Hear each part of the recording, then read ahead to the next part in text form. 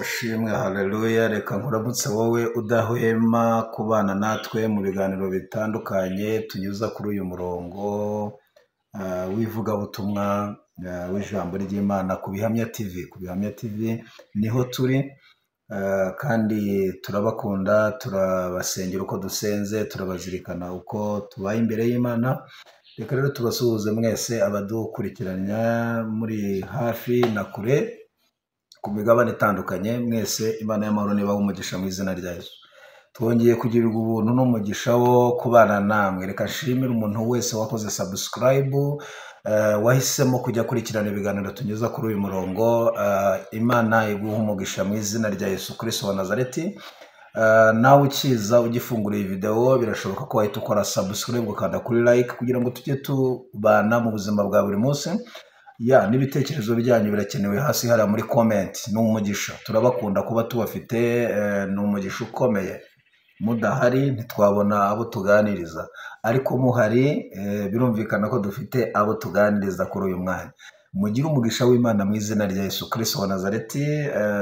Reka tubwire pole abantu barwaye, abantu bari mu buzima butameze neza, butaryoshye. Hari igihe umuntu agera mu gika kitameze neza, ukaba ugeze muri season itameze neza, kumva ubuzima bubishye, ariko mu ijuru hari Imana ihindura ibihe, hari Imana nyiri ibihe, hari Imana igira neza, hari Imana y'amaboko, hari Imana y'imbaraga, hari Imana y'icyubahiro. Umwanditsi wa Zaburi ya 50 yaravuze ngo Imana yacu izaza ntabwo izaceceka. Rero namwe aho muri mu buzima butandukanye, mu bihe bitandukanye, reka mubwire ngo Imana yacu izaza ntabwo izaceceka, kandi neza izaza yivuga mu izina. Kuri uyu munsi nagira ngo dutangire dusenga, dukomeze tuganira. Mana, uri Imana ikomeye, uri Imana igira neza, uri Imana y'imbaraga, uri Imana y'icyubahiro, uri umwami w'abami, uri Jehova Ravuri Elohim El Shaddai. Unyemerere uhereye dutangiye kugeza dushoje, kuko kwawe kwiza kubane natwe, amaboko yawe akora ibikomeye mu izina rya Yesu. Umuntu wese utwumva umugirire neza, kuboko kwawe gukora ibikomeye muri we, kuri we umuhe ikimenyetso cy'ibyiza. Dawidi yarasenze aravuga ngo nyereke ikimenyetso cy'ibyiza kugira ngo abanyanga nibakire babamware, kuko Uwiteka untabaye ukamara umubabaro. Ndasabye ngo umuntu wese udukurikiranye muri uyu mwanya umuhe ikimenyetso cy'ibyiza mu izina rya Yesu, amen. Imana ibahe umugisha nshuti bakundwa bavandimwe. Turaho kubana n'amaboko y'Imana, kubona ineza y'Imana, kubona icyubahiro cy'Imana, kubona ubutabazi buva mu ijuru. Hari igihe amaboko yacu ananirwa, ariko amaboko y'Imana akaza akatugoboka agakora. Niyo mpamvu tubatuyeho kubona amaboko y'Imana mu gihe nk'iki ngiki mu ntangiriro z'uyu mwaka. Mu by'ukuri uyu mwaka amakuru dufite ni uko uyu mwaka ukomeye, uyu mwaka ntabwo usanzwe. Niyo mpamvu tubingingira kwegera Imana, niyo mpamvu tubingingira gusenga. Mu makuru dufite yizewe ava hera, ava mu ijuru, uyu mwaka ntusanzwe, uyu mwaka urakomeye. Ariko ku bantu bazegera Imana bazawutambukamo neza, kandi bazawuvamo bafite ubuhamya bufatika. Buriya iyo Bashaduraka batanyuzwa mu muriro, iyo batabata mu muriro, ntago umwami Nebukadinezari n'Abanyababuloni bari kumenya imbaraga z'Imana ya Bashaduraka. Ariko ni ngombwa ko tuhanyura, ni ngombwa ko tuhaca, ni ngombwa ko tunyura aho hantu. Iyo Yozefu atanyura mu bintu bikomeye yagiye acamo, bene se bakamwanga, bakamuta mu rwobo, bakagira bate, ntabwo icyubahiro cy'Imana cyari kugaragara gute batamutaye mu rwobo ntagwemo? Cyari kugaragara gute batamushyize muri gereza, akava muri gereza uwamufunze atabigizemo uruhare? Imana igakoresha amaboko arenze ayamufunze. Hari igihe rero Imana yemera ko tunyura mu bintu bikomeye, hari igihe Imana yemera ko duhura n'imiyaga ikomeye, ariko hahishemo ineza y'Imana. Muri ibyo ubona bigukomereye, muri ibyo ubona bidasanzwe uhura nabyo, hahishemo urukundo rw'Imana n'imbaraga z'Imana. Niyo mpamvu wowe ngukomeje, wowe unkurikiranye muri uyu mwanya, nkubwiye ngo komera ku Mana, wiringire Imana. Abanditsi bagiye babyandika, bagiye babivuga, bavuga ko kwiringira Imana bimeze, umuntu wese wiringiye Imana ameze nk'umusozi, bakakugereranya n'umusozi wa Siyoni, ibindi bakakugereranya n'igiti cyatewe hafi y'imigezi.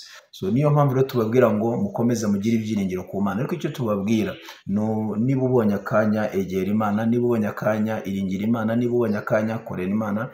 Gukorera Imana biri mu buryo butandukanye. Twagiye tubona abantu benshi bavuga bati dukorera Imana iyo twahuye turi ahantu hamwe. Oya, hari no gukorera Imana mu buryo bw'ibanga. Hari gukorera Imana mu buryo bw'ibanga.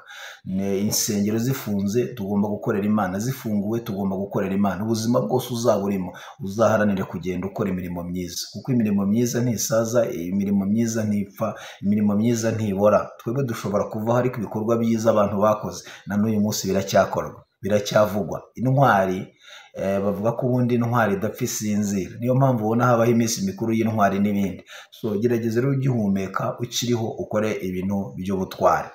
Reka rero tuvuge ngo umugambi w'Imana uracyakomeje ku buzima bw'abantu b'Imana. Ndashaka ko tugendera mu ijambo ry'Imana, tugakomeza tuganira ijambo ry'Imana dusanga muri Yeremiya, igitabo cy'umuhanuzi Yeremiya mu bahanuzi bakuru 31 ku murongo waho wa 4. Haravuze ngo nzongera kukubaka nawe uzaba wubakitse.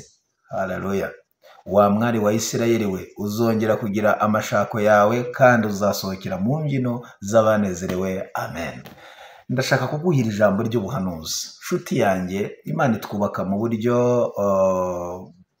bwuzuye, ntabwo itwubaka mu buryo bw'igice, itwubaka mu buryo bwo ndani bw'ubugingo, mu marangamutima.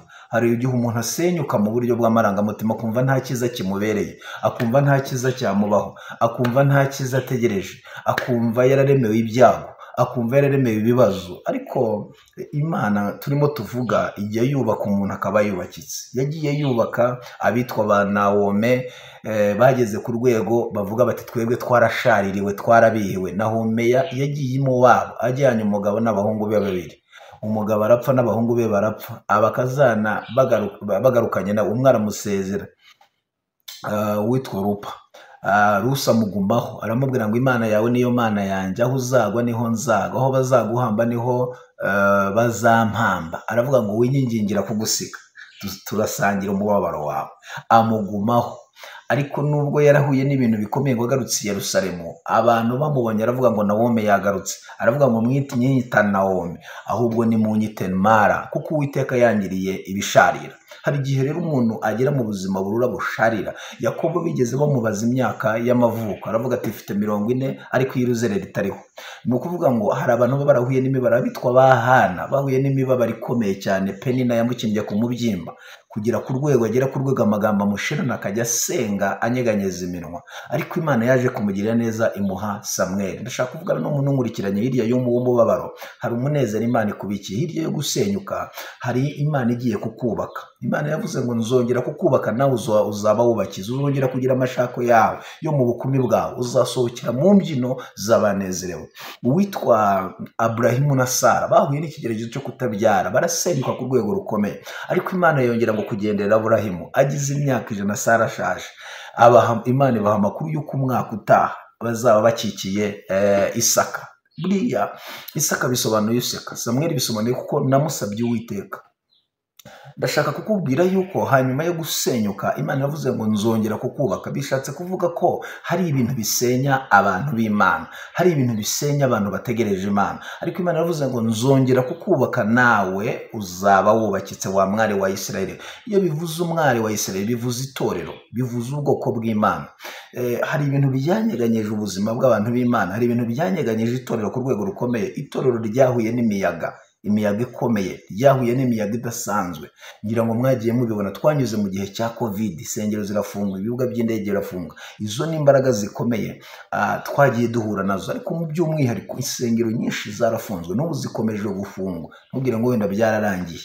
Hari n'izizafungurwa zujuje ibisabwa, ariko hari n'izizakomeza gufungwa. Ariko mu gihe zizaba zifunzwe, Imana ikubakemo ndani, Imana ikubakemo imbere, Imana ikubaka ku buryo uba wubakitse. Imana ishimwe cyane. Ndagira ngo mbwire, ntabwo Imana ivuze ngo ngiye kugusana uze kubyumva neza. Iravuze ngo nzongera kukubaka kandi uzaba wubakitse. Ni uguhera hasi ndani muri fondasiyo. Ndashaka kuvuga umuntu wese umurikiranya nyumve, ntabwo iyi Imana yubaka ihera hejuru, no, ihera hasi kugira ngo bibe byubakitse. Iheramo hasi mo ndani. Kandi ntabwo ibintu Imana itangiye ibigarukiriza muri rento, cyangwa ngo igarukirize ku isakaro gusa. Never. Igera no kuri finisage. ni ukuvuga ngo niba hari ikintu Imana yatangiye ku buzima bwawe, andikaho ngo Imana iracyagikurikiranye. Niba hari ibintu Imana yatangiye gukora, ntabwo Imana izabisigamo hagati. Ndashaka kuvugana n'umuntu unkurikiranye neza amatwi. Imana iravuze ngo nzongera kukubaka wa mwari wa Isirayeli. Biravuga itorero, biravuga ubwoko bw'Imana. Imana izongera yubake itorero, izongera yubaka umurimo w'Imana ku rwego rukomeye. Haleluya. Itorero, abantu b'Imana bazongera kugira umunezero, bazongera kugira ibyishimo, bazongera gusohokera mu mbyino z'abanezerewe. Imana iravuga ngo uzasohokera mu mbyino z'abanezerewe. Byumvikana ko igihe cy'umunezero hari igihe kigenda, igihe cy'ibyishimo hari igihe kigenda, bitewe n'ibihe, bitewe n'iminsi. Ariko Imana iravuze ngo uzongera gusohokera mu mbyino z'abanezerewe wa mwari wa Isirayeli we, uzongera kugira amashako yawe yo mu bukumi bwawe. Imana ishimwe, Imana ihimbaza. Ndashaka kuvugana n'abantu badukurikiranye. Sinzi ibintu byagushenye, ubupfubyi bwagusenya, ubupfakazi bwagusenya, ubushomeri bwagusenya, ubukene bwagusenya, amagambo yagusenya, imivukire yawe yagusenya. Ariko Imana iravuze ngo nzongera kukubaka nawe uzaba wubakitse. Iyo usomye Ezekiyeli 16:6, hari umwana wabyawe arajugunywa bamuta ahantu, ngo uwamunyuzeho nta wamugiriye imbabazi. Ariko nuza gusoma Bibiliya ngo Imana yamunyuzeho ibonye nta wamugiriye imbabazi, imufataho ijambo iramubwira ngo wa mwana we, nubwo uri mu ivata ryawe, ndavuze ngo baho, ngo kandi koko wabayeho. Imana ishimwe.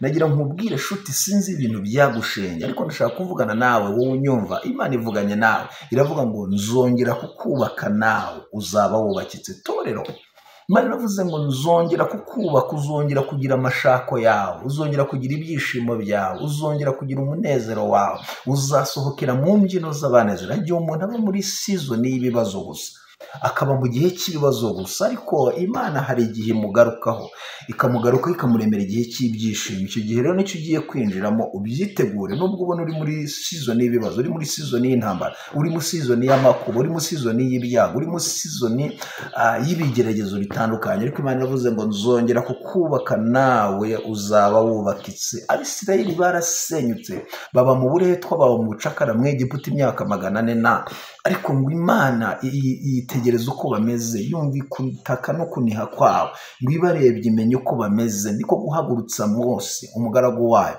iravuga ngo numvise gutaka k'ubwoko bwanjye, numvise umubabaro, numvise gutaka kwabo. None Mose, haguruka ugende umvanire y'ubwoko, buvane mu maboko ya Farawo. Nibutse isezerano nasezeranye na Aburahamu na Isaka na Isirayeli, nitegereje ubu bwoko mbona uko bumeze, genda ubakureyo. Imana ngo ibakuza y'amaboko akomeye, ibakuza amaboko akomeye kwa Farawo. Nagira ngo nkubwire wowe unyumva, hari amaboko akomeye Imana igiye kukuvanisha mu maboko yagufasha.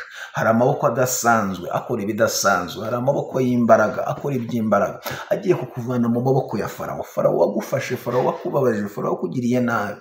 Nagira ngo nkubwire ngo Imana muri Ezekiyeli iravuga ngo navunnye ukuboko kwa Farawo kw'iburyo, ariko iravuga ngo n'ugusigaye nako ndaje nkuvune. So nukuvuga rero amaboko yagufashe, imbaraga zagufashe zigiye kukurekura zitabishaka, ariko zirakurekura. Imana iravuze ngo nzongera kukubaka nawe uzaba wubakitse, uzongera kugira amashako yawe, uzongera kugira umunezero. Mvugane n'abanyetorero, mvugane n'abubaha Imana. Ibihe byiza bizongera bigaruke mu buzima bw'abantu b'Imana. Nubwo ibihe mubona bikakaye, nubwo ibihe mubona bikaze, umwanzi yahagurukiye abizera, umwanzi yahagurukiye abanyetorero, ariko nagira ngo nkubwire ngo Imana izongereremo ibirori. Imana izongere yubake umurimo, yubake itorero. Abantu bahuye n'ibintu by'ibikomere, abantu bahuye n'ibintu bikomeye bikomeretsa imitima yabo, abantu bahuye n'ibintu bibasenya, basenywe n'ababayoboye bari hejuru yabo, abandi basenywe n'abo babyaye, abandi basenywe n'inshuti. Ariko nagira ngo ubwire Imana iravuze ngo ngiye kukubaka, nzongera nkubaka kandi uzaba wubakitse, uzongera kugira amashako yawe. Nagira ngo ubwire ngo igihe cyo kubakwa n'Imana nicyo ugiye kwinjiramo, season yo kunezezwa n'Imana, ukongera kugira ibirori icyo bita fente, igihe ugiye kwinjira mu gihe cya fente, ugiye kwinjira mu gihe cy'ibirori. Kubera iki? Imana yavuze ngo nzongera kukubaka nawe uzaba wubakitse. Ibintu byagushenye ni byinshi birahari, ariko Imana ivuganye nawe iravuga ngo nzongera kukubaka nawe uzaba wubakitse. Uzongera kugira amashako yawe yo mu bukumi bwawe, kandi uzasohokera mu mbyino z'abanezerewe. Ushobora guhura n'ibintu bigusenya ku buryo ibyiringiro birangira. Yobu yahuye n'ibintu bimusenya, ibyiringiro bye birahera, ariko Imana imugirira neza ngo yongera kumuhira nyuma y'ibibazo n'ibigeragezo byamushenye, ngo imuhira bwa nyuma kuruta ubwa mbere. Niho yashoje avuga muri 42:2, aravuga ngo nzi yuko ushobora byose kandi nta kibasha kurogoya imigambi yawe yose. Umva, yahuye n'ibintu bimusenya, yahuye n'ibintu bisenya ubuzima bwe, ariko Imana yongeye kumwubaka ngo imuhira bwa nyuma kuruta ubwa mbere. Ndashaka kukubwira rero, nubwo hari abantu bagiye bahura n'ibintu by'ibikomere, bagiye bahura n'ibintu bibasenya, ariko Imana yongeye kubaka Rusi, imuha umucunguzi wa bugufi Bowazi. Nimubwire ngo Imana ikubikiye umucunguzi wa bugufi. Imana ishimwe, hari umucunguzi wa bugufi Imana ikubikiye. Ikindi, Rusi kubera ko yanambye kuri nyirabukwe, ngo Bowazi amubonye ari guhumba mu mirima inyuma hariya, Bibiliya iravuga ngo ategeka abasaruzi ngo mujye musigamo ibyo ahumba. Abasaruzi aravuga ati ntimugasarure ngo mubibaremo. Nyiri umurima aravuga ngo mujye musigamo ibyo ahumba uyu muhumbyi. Nyiri umurima rero hari itegeko yatanze, niyo mpamvu kiriho, aho wundi abasaruzi bagombye kuba babimaramo, twageremo tugasanga byashizeyo. Ariko nyiri umurima yaravuze ngo nimusarura mujye musigamo iby'umuhumbyi ahumba. Ndashaka kuvugana n'umuntu wese unkurikiranye, ndashaka kuvugana n'umuntu wese uri ku musozi w'umubabaro, ndashaka kuvugana n'umuntu wese uri mu bihe by'ibibazo, ndashaka kuvugana n'umuntu wese uri mu bihe by'intambara. Igihe kirageze ngo Imana igutegurire umucunguzi wa bugufi. Hari amaboko Imana igiye kuguhagurukiriza. Amen. Ahantu hose Imana yagiye ikora ibintu bidasanzwe, yahagurukije umuntu udasanzwe mu gihe kidasanzwe, kugira ngo uwo muntu atabare, kugira ngo uwo muntu abone neza y'Imana. Buriya Satani ashobora kugukomeretsa anyuze mu muntu, ariko n'Imana ikakomora inyuze mu muntu. Iyo Satani akomeretsa abantu akoresha abantu, ariko n'Imana ijya komora abantu ikoresha abandi. Ndashaka kubwira ko hari umuntu Imana yakubikiye. Abisirayeli Imana yababikiye kuro mu gihe cyo kuva mu bunyage. Abisirayeli mu gihe cy'umugabo Goliyati arwanya Isirayeli, Imana yahagurukije Dawidi. Mu gihe cy'abacamanza, Abisirayeli bava mu bunyage mu buretwa, Imana yahagurukije Debora arwana urugamba abagabo batinye. Mu gihe kugira ngo bave mu maboko ya Farawo, yahagurukije Mose. Mose avuyeho yahagurutsa Yeshuwa. Mu gihe cyawe hari amaboko Imana igiye kuguha, kugira ngo imbaraga zagufashe zikurekure winjire mu gihe cy'umunezero. Abisirayeli ngo bigeze bagera mu buzima burura bw'imara, ariko Imana ifata ishami ry'igiti iribikamo igisubizo. Ndashaka kuvugana n'umuntu wese unkurikiranye, nshuti mukundwa wowe nyumva, igihe kirageze ngo Imana ifate imibabaro yawe yiherere umunezero. Zaburi ivuga iki? Zaburi iravuga ngo hari kurira kwarara umuntu nijoro, ariko mu gitondo impundu zikavuga. Birashoboka ko umuntu ashobora kuba mu gihe cy'umubabaro, mu gihe cy'intimba, mu gihe ariko Imana ikamutegurira icyo bita igihe cy'ibyishimo, igihe cy'ibirori. Imana iravuze ngo nzongera kukubaka nawe uzaba wubakitse. Igihe cyo kubakwa n'Imana kirageze ku buzima bwawe. Ntitaye ku bintu byagushenye, ntitaye ku bintu byagiye bigukomeretsa, ntitaye ku mbaraga zagiye zigusenya. Ndashaka kuvugana n'umuntu wese wasenyutse. Ngufitiye message muri uyu mwanya. Imana ije kukubaka kandi ugiye kuba wubakitse. Ikindi, ugiye gusohokera mu mbyino z'abanezerewe. Kubera iki? Imana igiye gukora ikintu kirema ibirori, kirema umunezero, kirema ibyishimo, kirema amahoro, kirema ibitwenge mu buzima bwawe. Birashoboka ko wagiye uhura n'imbaraga nyinshi zisenya ubuzima bwawe, zisenya imibereho yawe, ariko igihe cyo kunezezwa n'Imana, igihe cyo kubakwa n'Imana, igihe cyo kugendererwa n'Imana, igihe cyo ntabwo ari igihe cyo gusanwa. My dear, byumve neza, ni igihe cyo kubakwa n'Uwiteka Imana Nyiringabo. Wahuye n'ibintu bigusenya, wahuye n'imbaraga zisenya ubuzima bwawe. So rero igihe cyo kubakwa n'Imana ni iki ngiki ku buzima bwawe, ku mibereho yawe. Imana iravuze ngo nzongera kukubaka nawe uzaba wubakitse. Uzongera kugira kugira amashako yawe yo mu bukumi bwawe. Bivuze ngo hari ibihe watakaje, hari umunezero watakaje, hari amahoro watakaje, ariko igihe kirageze ngo Imana ikugarurire ibihe watakaje ku buzima bwawe. Imana iravuze ngo nzongera kukubaka nawe uzaba wubakitse. Sinzi ibintu byagushenye inshuti yanjye, nagira ngo twinjire mu mwanya wo gusenga n'Imana muri uyu mwanya. Aho uri ubwira Imana ngo ndagushimiye ko unyubatse kandi ngiye kuba nubakitse. Ndagushimiye ko ugiye kunyinjiza mu bihe bidasanzwe, mu bihe by'umunezero, mu bihe by'amahoro, mu bihe by'indirimbo. Igihe kirageze ngo winjire mu gihe nawe cyo kunezerwa. Nubwo wahuye n'ibintu bigusenya, nubwo wahuye n'ibintu bikunyeganyeza, ariko ubyizere ko igihe cyo kwakira indirimbo iturutse ku Mana kigeze, igihe cyo kubakwa n'Imana kigeze, igihe cyo kunezezwa n'Imana kigeze gute? Kigeze.